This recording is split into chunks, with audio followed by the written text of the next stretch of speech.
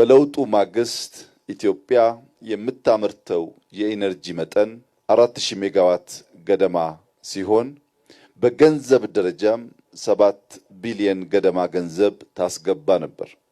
በዚያም ምክንያት የኢትዮጵያ ኢነርጂ ባለስልጣን በከፍተኛ ዕዳ ውስጥ የነበረ ተቋም ነው።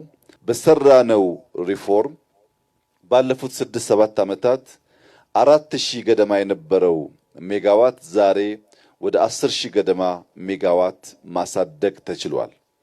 ከእጥፍ በላይ ማሳደግ ተችሏል። 7 ቢሊዮን ገደማ ያስገባ የነበረው ተቋም ከ75 ቢሊዮን ብር በላይ ማስገባት ችሏል። በታሪኩ ለመጀመሪያ ጊዜ ባለፉት 6 ወራት 7 ቢሊዮን ብር ትርፍ ማስገባት ችሏል። ትርፍ የሚባል አያውቅም ተቋሙ ከዚህ ቀደም። ትርፍ ማስገባት ችሏል ማለት የያዛቸውን ፕሮጀክቶች ለማጠናቀቅ ተጨማሪ እድል አግኝቷል። አዳዲስ ስራ ለመጀመርም እድል አግኝቷል ማለት ነው።